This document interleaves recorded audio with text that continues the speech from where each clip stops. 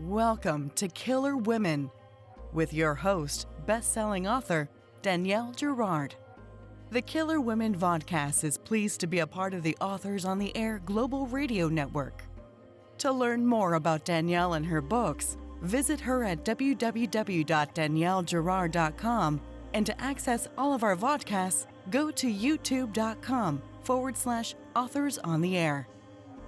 And now, Danielle's next killer woman. Hello and welcome to the Killer Women podcast, a proud member of the Authors on the Air Global Network. I am your host, Danielle Girard, and today my author guest is Lisa Regan. Lisa is the USA Today and Wall Street Journal best-selling author of the Detective Josie Quinn series, as well as several other crime novels.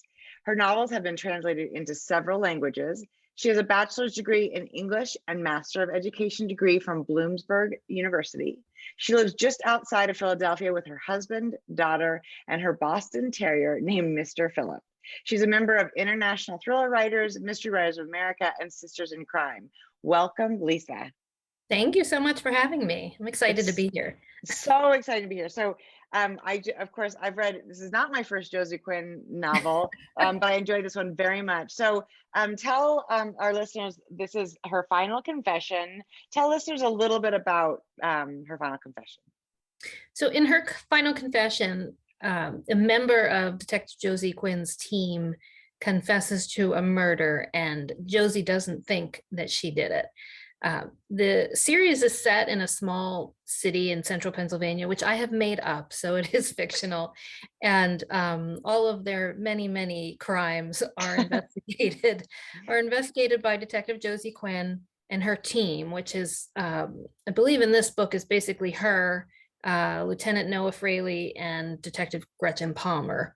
And so it's Gretchen is on shift. She goes missing. They find a body in her driveway, a young man that's been murdered with a photograph pinned to his person.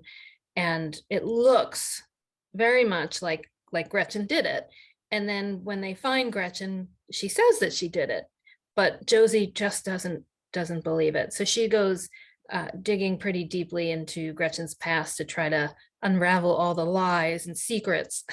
Yes, it's super exciting, and I love her sort of bulldoggedness when it comes to, because her superior wants her to just close the case, right? Yeah. He's not as sympathetic to her ties to her team. So okay, so Josie Quinn, tell me how many Josie Quinn novels there are. So right now there are 15 out. Okay. Her final confession is the fourth one. There are 15 out. I just finished the first round of edits on 16 2 nights ago, and that will be out in December. So this is super fun. So basically Grand Central Publishing is putting out the series again. Yes. Or did they, starting from book one, is that right? Yeah, so my publisher, Bookouture, who's based in London, and they're under the umbrella of Hachette, they had started publishing the series in 2018, and it was very successful.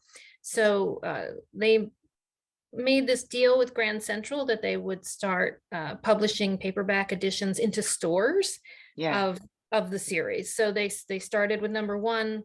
They're up to 4. So, I mean, production time is what it is. So yes.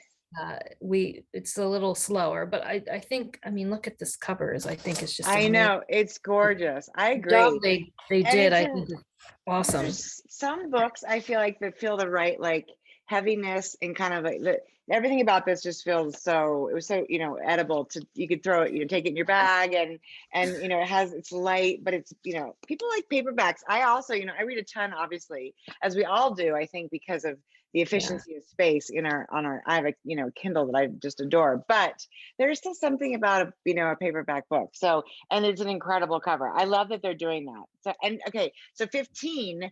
So tell us, like, can you even remember where, how did Josie come to be? So I was pitching books to an editor at Bookouture in 2017, I believe it was. 2016, 2017. And wasn't really crazy about anything I had sent her. She liked them, but she didn't think they were strong enough. And she kind of kept asking me, what else do you have? What else do you have? And I Right. sent her As they do. I sent her like every manuscript I had, every half-formed idea, every note that I had made. Right. And because she kind of said to me what they wanted to do was a detective series with a detective who kind of fulfills all the tropes of the genre. They're flawed and damaged, they have baggage, they're a little bit of an alcoholic, they have anger management problems, All and the great things that we come to yeah, think of for detectives. Right. Exactly. just what you want. Yeah. Just right. And I said I would love to do that, but I would like to write it as a woman. And so I wrote a proposal for the first Josie Quinn book, which is Vanishing Girls. And the editor said to me, if you can write that with a proposal for 2 more books in the series, like, we'll talk. So I wrote the book, wrote the proposals, I sent them to her, and the rest is kind of history. So Right. 15. And I just heard, I think I saw it on your Facebook page or maybe Instagram, that you just signed a deal for a ton. Tell yeah. our listeners how many more books. So 15 more books on top of the 20 that I'm already in the middle of. So it had been the first 3 and then another 3. And then I think we did a 6-book contract after that, and then an 8, which totaled 20. And the series has been so successful that we're going to do 15 more. 35. You're going to beat them. You're going to beat Sue Grafton on the alphabet. But they don't, I didn't get, I mean, I have read, I know I read the first couple, but then I think I've read some later ones. So I'm, because of this being number 4 now, and we're already at number 15.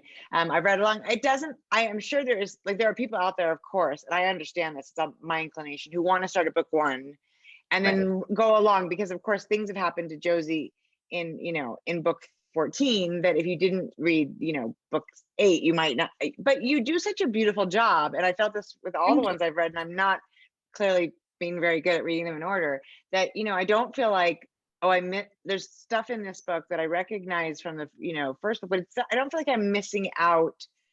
It doesn't feel like one of those where you're like, geez, what happened that I don't understand her. You do a really good, and it's not overbearing. You just thread in sort of the stuff that has happened to her. And I know from reading later books that what looks like progress isn't always progress with her character, and which is lovely, right? Because that's how humans are. We're not like broken and then all of a sudden we're not broken anymore, right? That is not how it works. Well, that is incredible. I mean, I don't know, I can't think of that many in today's, publishing atmosphere that have that many books. Even 20 is a ton. So now, how do you feel about that? Because sometimes at the end of a book, I think, I'm so done with her. I don't want to think about that character again for, ever. No, but for months. So that's a lot of time with Josie. Yeah, it is. But I love her. Yeah. I love her so much. And I feel like I'm cheating on her if I try to write something else. Over the course of the series so far, I have written a couple of short stories for anthologies or charity things. And every time I sit down to write something that is not Josie related, that is not in Josie's world, it feels wrong. It just feels really wrong. And then at the end, I have to go through that story and pull out all the times that I accidentally typed Josie. Oh. So she's your inner twin. You guys are really connected. Thankfully, you don't have to go through what Josie goes through. I hope. No, it's all made up. And I know she's really been put through the ringer. I have a lot of fans would say to me after like book 9, kind of, could you just give her a little break? Like, she's been through so much. I know, and you're like, but I can't. The genre requires that every book is a major hurdle for Josie. So, and we love it because, once you get through a few of these books, you are like 1,000% vested in Josie, and you both want her to, survive it, but you also want to be along for the ride. So that is so fun. So, this one, it's, of course, now you're like, I don't know how you keep track. Do you have like a massive series Bible? How do you?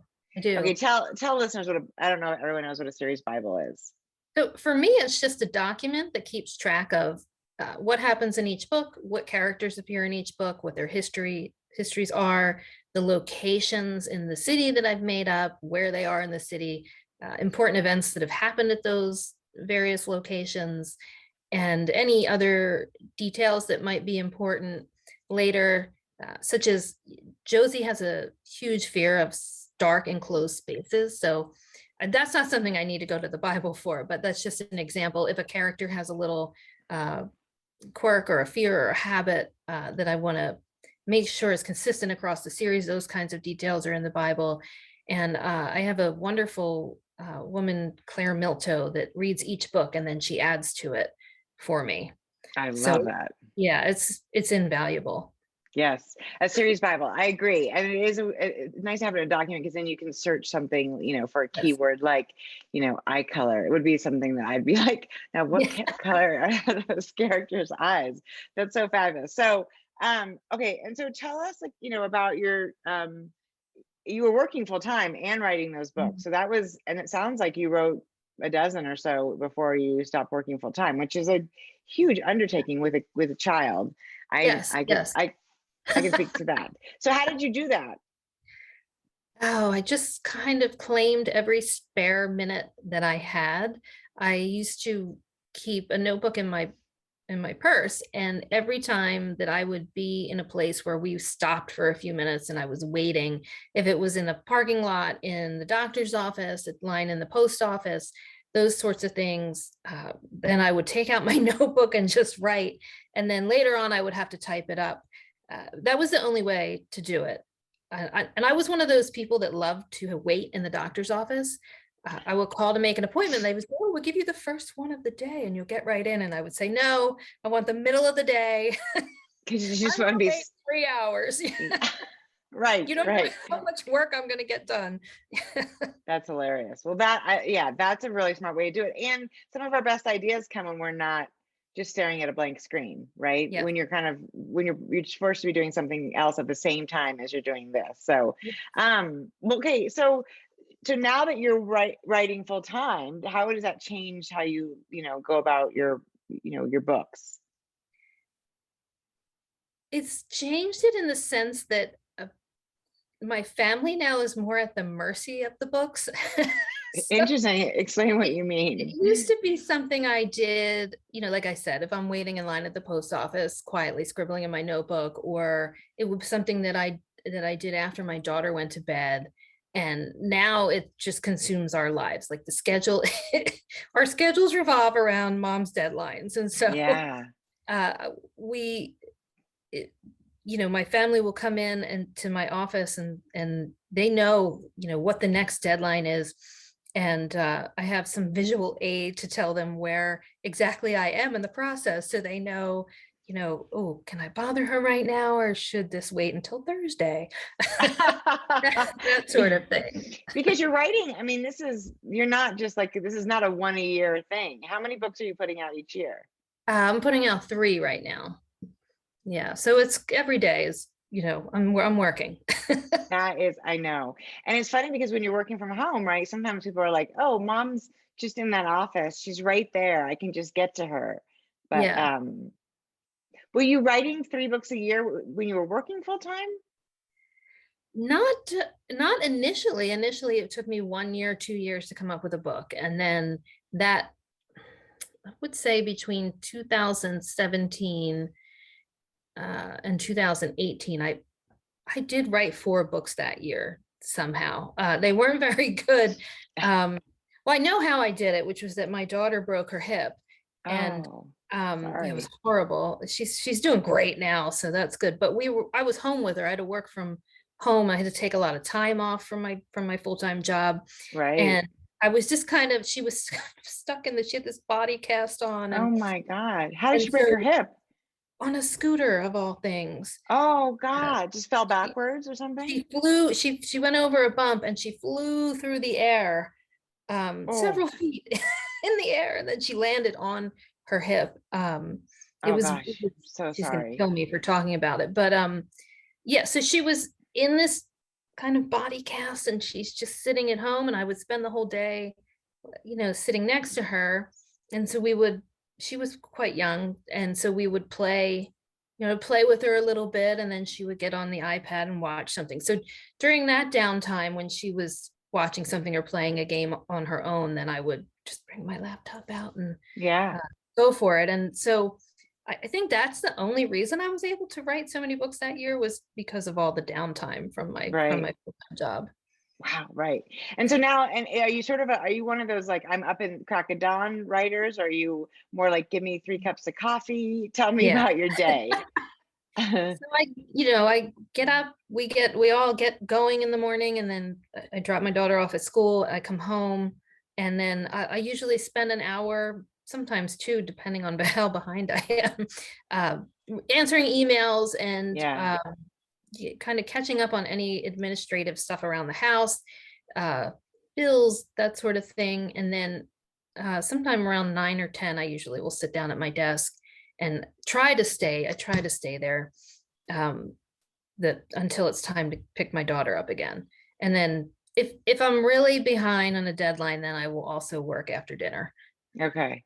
So are you one of those people who's like, I'm going to write 1,000 words today. I'm going to write 5, or is it just like my butt is in the chair for as many hours as I can stand?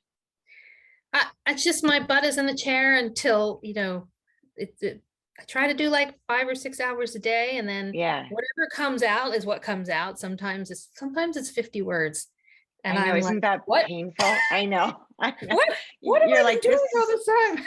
is not going to get me to my deadline quite fast Right. enough. Exactly.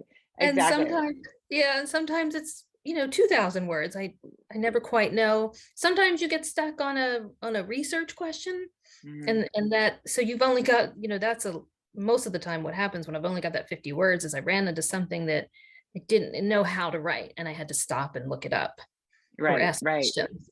Yeah, or ask for help. Speaking of research, so this book actually has got some interesting subject matter in it, and that is, epigenetics, which I thought was really interesting. Can you tell listeners a little bit about?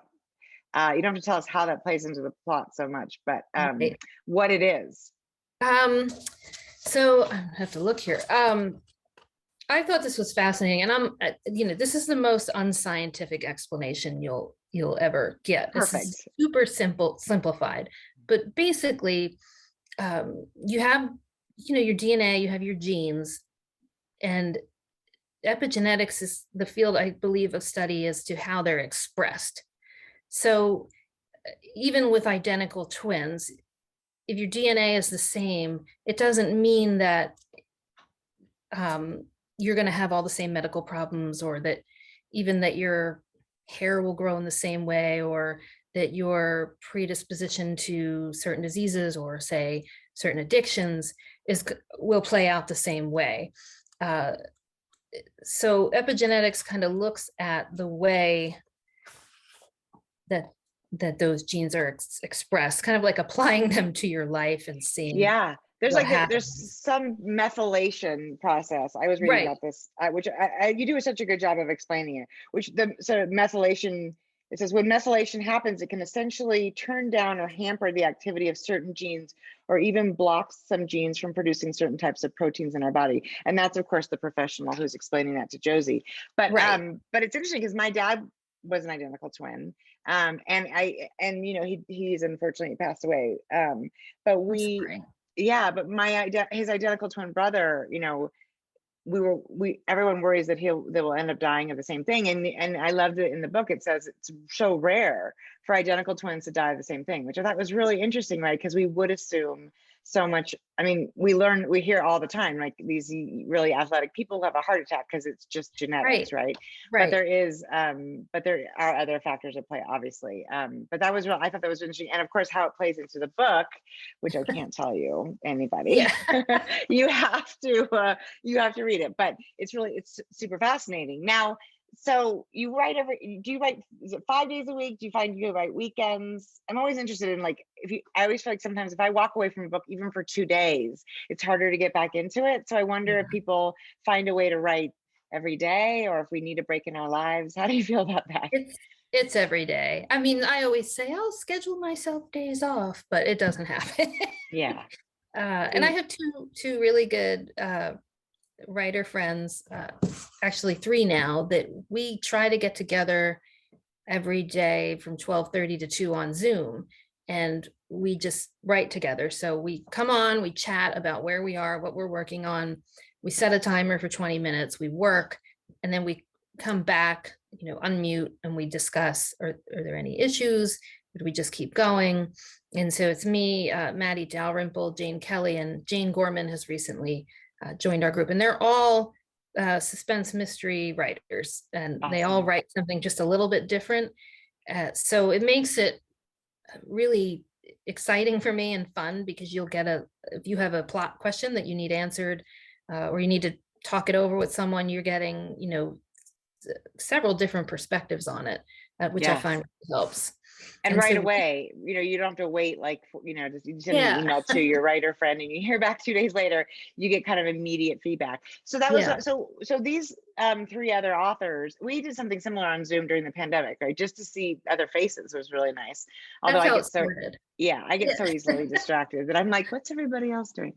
And one of my writer partners had a baby. So every time the baby was in the picture, I was like, oh my God, I gotta look at the baby. But so do you guys all kind of know where you each are? You're kind of keeping track of their plots as well. So if there's a question, you should come back and kind of give your thoughts on their story as well. Yeah, I mean, we just kind of check in and say, what are you working on? And then, so my friend Maddie will say, I'm working on her series is the Anne Kinnear suspense novels. And she'll say, I'm working on Anne, book 6. And typically we will discuss the plots at some point. So I'm usually generally familiar with what they've got going on at any given time in some form or fashion. Yeah, so that makes sense to me. So do you then are you a pantser? Are you a plotter? I used to be a pantser, but it's massively inefficient. So I know. for me, how did you become a plotter? I'm so interested. I want to learn. I think it just was. I forced myself to do an outline and then follow it, and it felt really uncomfortable and terrible the first time I did it. And I was like, "Oh, this is sucking the joy out of the process." But the book got done so much more quickly, and it was so much less work on the back end in terms of editing it, right, and making everything align and making the book the best book it could be. So when I saw how much less work it was in the editing process, I was like, oh, I really have to do this. Now I don't think I could work without an outline. Now I've actually printed out and I have it. And then when I get to a certain place, I can stop for the day, but I can always go back to my outline. And that makes me feel like I know I don't have any time where I'm sitting at the screen saying, oh, I don't know what to do next. I just check the outline. So basically that is sort of, you spend more time up front, kind of not just diving into the story, but trying to figure out sort of, this is what this happens and then this happens. And rather than writing your way through that, you sort of just think your way through it. Yes. Yeah, I'm like 16 books in. I still haven't figured out how to write an outline. So it's on my bucket list. And my friend Maddie came up with this really great idea.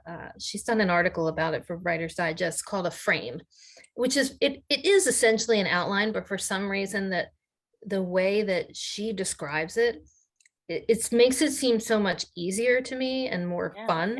And so I started doing my outlines in a sort of framework. Yeah. And it really works really well for me.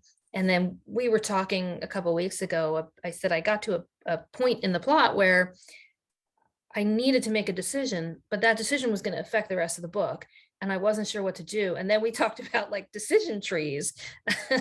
Right. If a body turns up now, these 5 things will then happen. But if it turns up later, it changes. Exactly. And then I kind of knew which way to go. That's super smart. I would like to see the article about framework, because I think maybe I just need to call it something other than an outline, because that sounds so intimidating. So the other thing I wanted to talk about was, your dad. He gave you such a special gift. there's something about maybe daughters, and I mean, all parents, we're close to all our parents, but there's something about daughters and dads. And when I got a little teary when I saw the gift that your dad had brought to you right before he passed. Can you tell our listeners what that was? Yeah. So my dad, his kind of obsession in life was to find things, usually in the trash or that people had thrown away or sometimes just gave him because they didn't want it anymore, that were like a little bit broken down and battered and or missing a part or just needed a little fixing up, and he would fix them. And then he had a thrift shop that he would sell them in. But I would say like probably 60% of the time, he would just give things away to people because they needed them. So, he was, if you needed something, a couch, a vacuum, DVD player, I don't know, anything, think about it. He was like, oh, I have one of those, it just needs help, or I just need to paint it, or, so he would, that was what he did in his spare time and was kind of his passion. And so the day that the morning of the day that he died, he had been out early driving around, and he found this little table, and the tabletop was like the size of a coffee table. The tabletop was shaped like a book. And he was so excited about it. He brought it home. And my mom tells the story, like he brought it into the house and he sat it right next to his recliner. And then he waited because it was so early in the morning. And my mom was there. My brother and sister-in-law had just bought a new house, but the kids had to finish school. So they were living with my parents until school was over. So they were there. And every time somebody would either come down the steps or come through the door, they would hear his recliner snap shut. And he would hop up and say, oh, look at this table I found. I'm going to give it to Lisa. I'm going to have Don, who is my sister-in-law's father, airbrush the cover of her first published book on top of this table. And I'm going to give it to her for Christmas. And this was April. And he just showed it to every single person that day that he saw. He talked about it. He was so just giddy with excitement is what they've told me. And then that night he died, unexpectedly of a heart attack. And so then Christmas came, and we couldn't have our Christmas actually till January because of various COVID exposures. We had to be careful. And then we got together for our family Christmas. And I just really, I had no idea that any of this was going on. And my brothers and my sister-in-law were like, listen, we're going to give you something. And I was like, what? Because we don't do gifts anymore as adults. We just gifts for each other's kids. And and I was sitting there, and they bring this huge thing out, and I'm like, I don't know what this could possibly be. And it was the table. The day that he died, my brother and sister-in-law made sure that the table made its way to Don. And Don did the most incredible, beautiful job. Yeah, it's on your, I know it's pinned on your Facebook page. I'm sure it's on your Instagram page. Yeah, people should check it out. It's really fabulous. And so you didn't know about this table for 8 months? I didn't till that moment. And it was just amazing to me that that in the fog of grief and all of the things that all of us had to do, we had to, my mom sold her house. We had to sell my dad's store.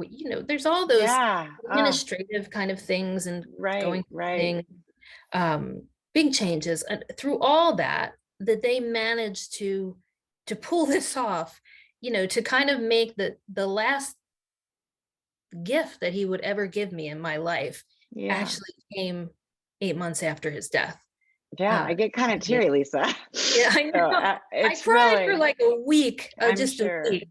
Yeah. I mean, it's so important as a writer to have people who support what you do, right? It's a very lonely business. Even if you're doing it with girlfriends online, most of the time, you are for sure on your own with your book. So it's that kind of thing is really sweet. And I am a little teary. So that's really neat. My dad also was a big, a big supporter of this crazy job I took on.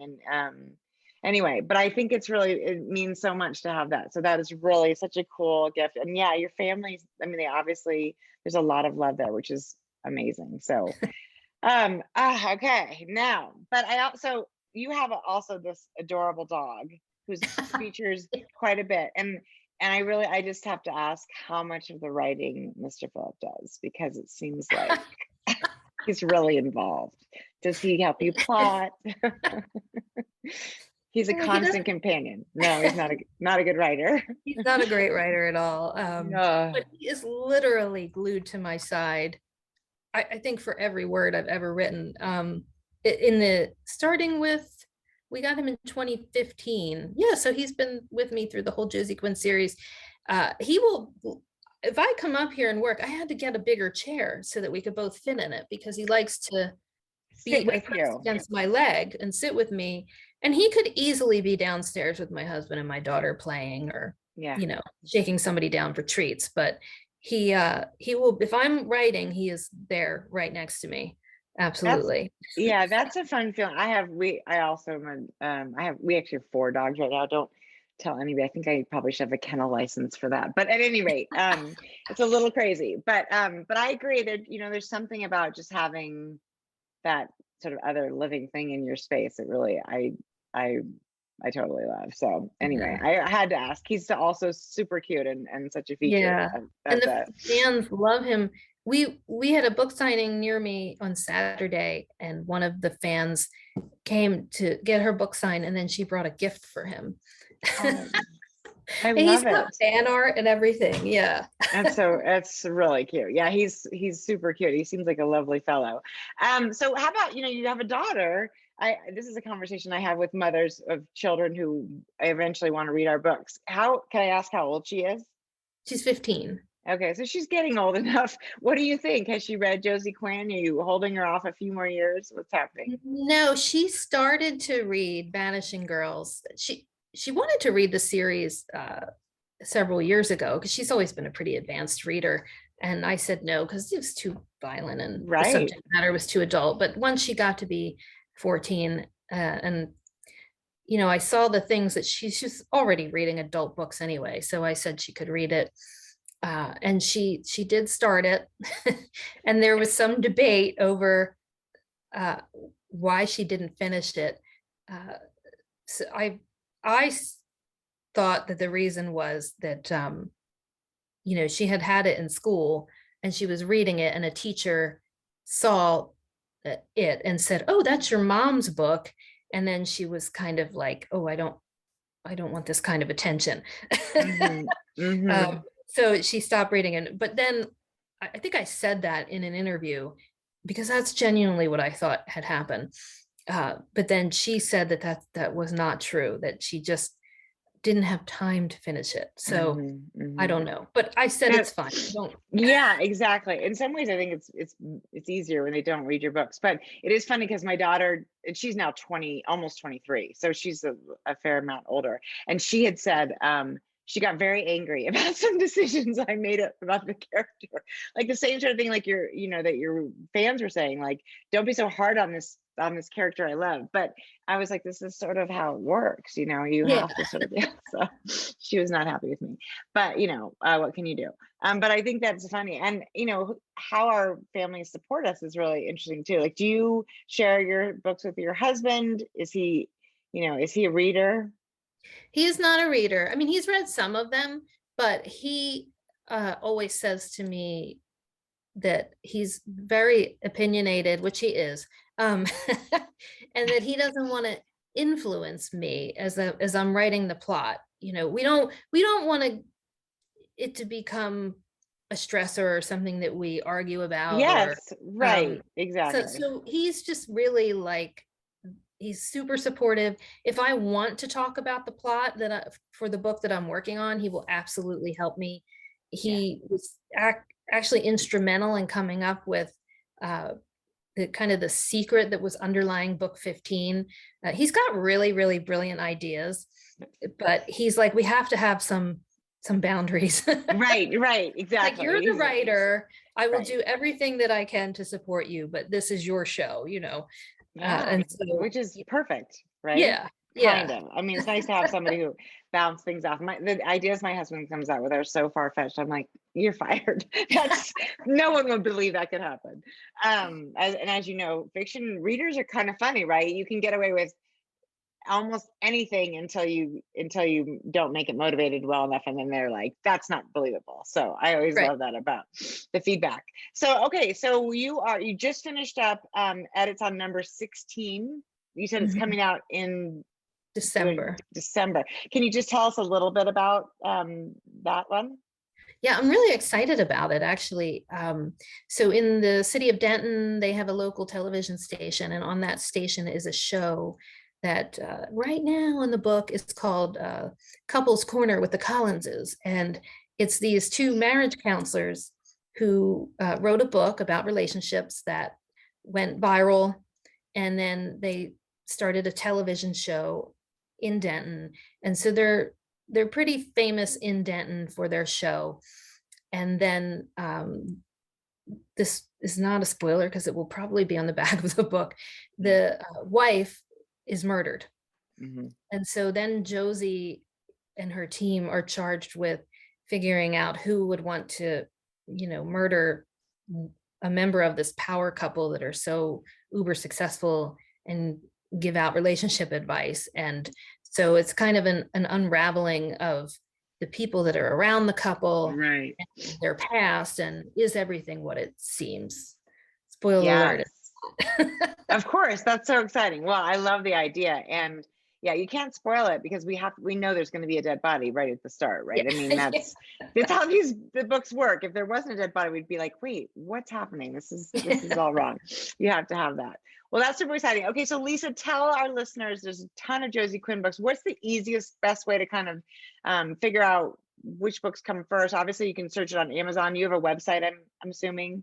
I do. It's lisaregan.com, just lisaregan.com. And the books are all on there. And I think if you go on, I'm pretty sure if you go onto the website, they're actually in reverse. So the 15 is first and then it goes down. I may get a page on there that just lists them in order at this point. Yeah, I was gonna say now that you've got so many, maybe, yeah.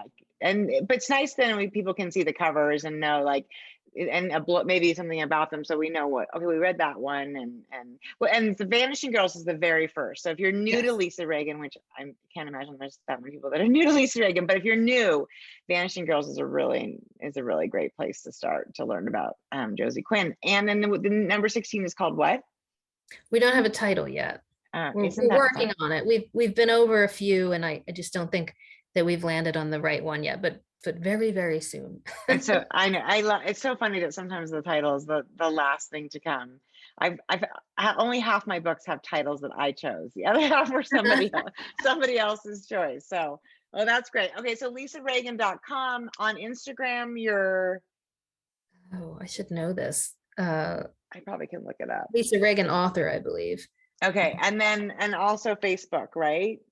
Yes, and I believe I'm Lisa Regan crime author. Yes, you are Lisa Regan crime author. On Facebook, I can help with that one. That one I noticed. Okay. Well, anyway, so catch up with Josie Quinn. Check her out, lisaregan.com, or your favorite ebook provider, and look for these gorgeous Grand Central. I'm sure there's now there's 4 of them out there in the world, so that's gorgeous.